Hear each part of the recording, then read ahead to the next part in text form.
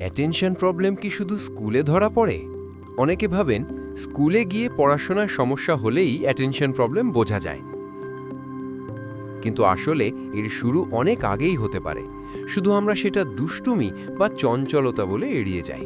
খেলতে বসে 2 মিনিট পরই অন্য খেলনায় চলে যাওয়া, একটা গল্প শেষ না করেই উঠে পড়া অথবা শোনার ধৈর্য হারিয়ে ফেলা, ছোট কাজের জন্য বারবার রিমাইন্ডার দেয়া।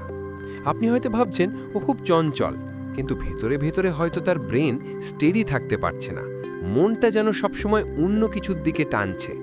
অ্যাটেনশন আসলে বসে থাকার বিষয় না, সিস্টেমের রেগুলেশনের বিষয়। শুধু চুপচাপ বসে থাকা মানেই অ্যাটেনশন না। অ্যাটেনশন মানে মন, শরীর আর আবেগ একসাথে স্থির রাখতে পারা। যদি নার্ভাস সিস্টেম সবসময় অ্যালার্ট বা রেস্টলেস থাকে, তাহলে মনোযোগ ধরে রাখা কঠিন হয়ে যায়। আপনার বাচ্চার অ্যাটেনশন ডেভেলপমেন্ট কোথায় দাঁড়িয়ে আছে জানতে চাইলে এবং ফ্রি ডেভেলপমেন্টাল অডিট পেতে আমাদের ডিএম করুন বা হোয়াটসঅ্যাপ করুন।